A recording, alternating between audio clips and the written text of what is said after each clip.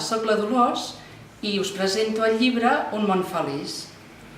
Per mi, llegir el llibre ha estat interessant per reflexionar sobre si hi ha felicitat o si som feliços i si vivim en una societat feliç.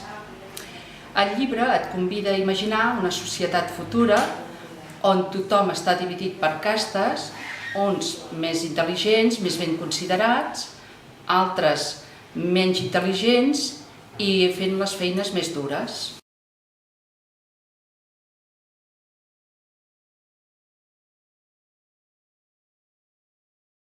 Llegir el llibre em sentia malament i trista pensar que una societat l'hem de tenir dividida per castes i prendre una droga que prenien, Soma, per sentir-se més feliços.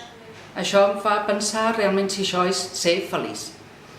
També m'ha impactat molt el fet que si un és més intel·ligent o pensa diferent que els altres, és apartat d'aquesta societat i està com aïllat.